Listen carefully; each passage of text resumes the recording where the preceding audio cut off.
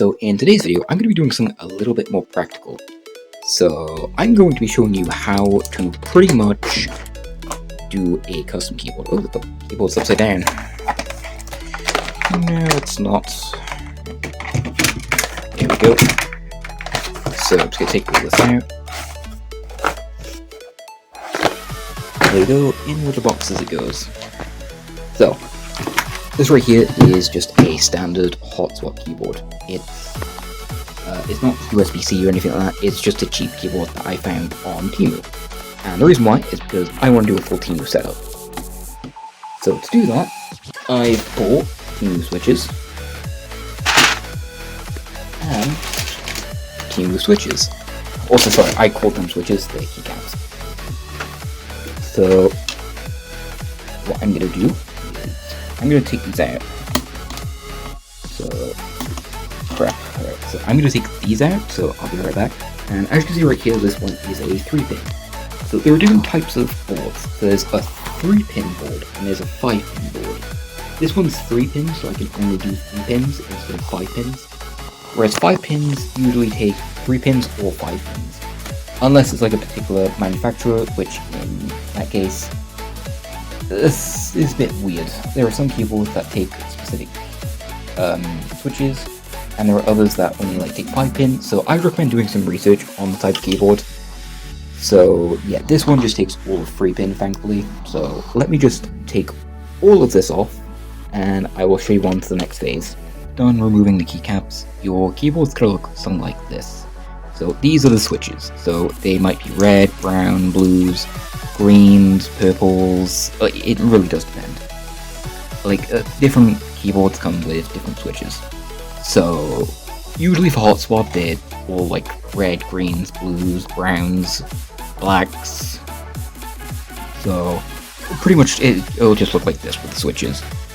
Or it'll look like something a little different, it'll be like these but removed, it'll just be like a plus. So what I'm going to do is I'm going to remove all the switches and it'll just look like that, but with all of this. So let's get straight into it. How you remove a switch is this. So you use this, you dig it straight into these 2 edges, and just like that you pull out. So give me a second, I'm just going to pull really hard because these ones are pretty much stuck in. Like that's what they feel like, it feels just stuck. And that's what you will see with some of these cheaper keyboards. And for the switches, you just put this in. So I will demonstrate. Also, you can use this as well, but this is really not that good since it will scratch the switches. So I'll just show an example. So for an example, with this little... Actually, I'm just going to pop this M right here. And what you can do is you can use this. Now it's like, gee, this is really difficult doing it with one hand, so god, this is difficult. I wonder what's easier, playing Fortnite competitively or doing this with one hand. So you're gonna want to do it like that. So it'll be like that, except it'll be just do through, pull, and just like that the switch will come out. You could try and use your hands, but I really wouldn't recommend it because your hands will hurt. So what I'm going to do is I'm going to take all these switches out and I'm going to replace them. Well, I'm going to show you what the board looks like without all the switches, so I'll see you in a bit. Disclaimer, all these switches are full because of how cheap the motherboard is. Pretty much when it comes to these custom keyboards, if they're cheap, they will be difficult to pull out. But if they're like actual branded ones, these switches will not be difficult to pull out. So I've had experience with taking these difficult ones out before, so if you're getting a cheap hot swap keyboard, just be prepared to have a lot of strength, because these are a nightmare to pull out. Okay, as a bit of a side note, I cut myself. So I literally cut myself while doing this. So it's a bit blurry, and it's not bleeding, there's a little bit of blood. Yeah, it's a little bit of blood, but yeah, just be wary, you can damage yourself from pulling too hard, and that pulling can pretty much lead to a bit of the edge just cutting your skin, so be wary. I've been at this for about 10-15 minutes, I've got these left. Don't get a cheap don't get a cheap hot swap keyboard, because, well, no, if you do get a cheap hot swap keyboard, don't take out the switches, because these are a nightmare to take out. Literally, I've cut myself, my fingers bruised, my hands red. Just pretty much just don't take these out. Unless you're a bodybuilder, which in that case, fair enough. Because you need a lot of strength to take these out. These are pretty much glued. Well, that's what it feels like. So, what I'm going to do is, because I've pretty much shown you what board looks like now, let me show you how you can put the switch in. Okay, so this white switch that I've got, it's 3-pin. So that's the white switch. That's what that sounds like. This is the brown switch. So I'm going to be switching out all of these for the white switches, then I will be putting in the custom ones. But what you don't want to do is align the 3-pin, put it right through this. So I'm just going to align it and just push down. And that should work. So I actually want to test to see if it has actually worked. If not, then it's fine. So give me a sec. Just real quickly, because I want to just do this. How you put keycap on is just like that. I've also tested it as well. It works perfectly, and here's the sound test. So I'm going to be sorting out this entire keyboard, and I will show you once. It's all done. So let's see you right now. Guys, I'm so sorry to hear that news, but I mean, how do I say this, but it worked perfectly.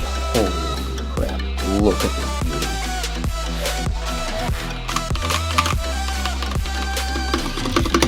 Like, look at this beauty, it's so good.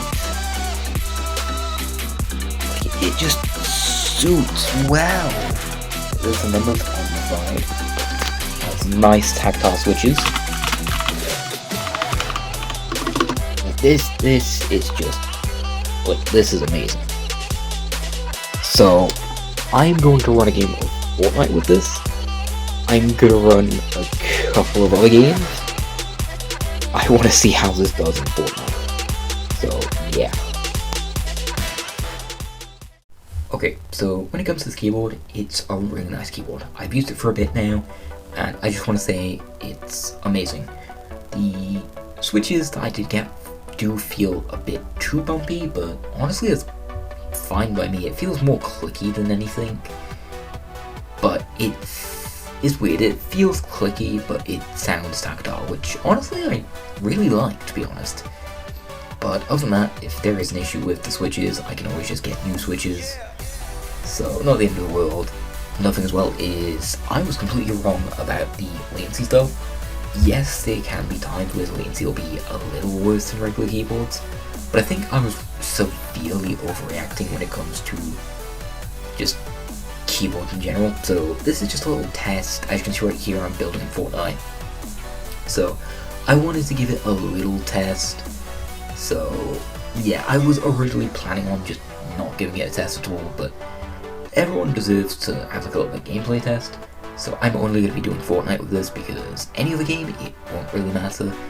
Like, unless this is a game of the mouse, which it's not.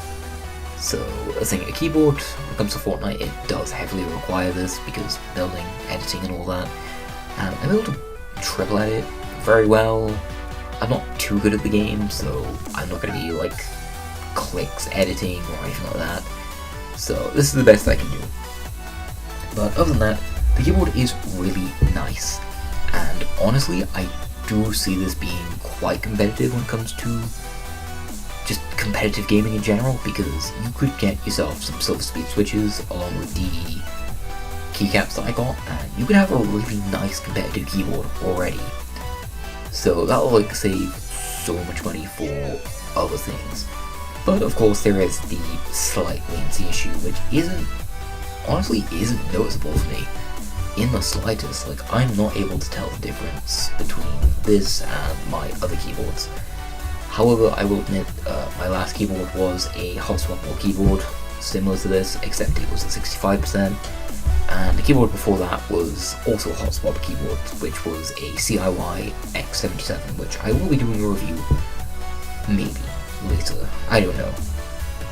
But other than that, this is pretty much it. So if you enjoyed today's video, please make sure to watch future content and watch my previous content, because I'm trying to improve as a content creator. So I hope you enjoyed my videos. If not, that's fine. But other than that, enjoy and have a great day. Peace out.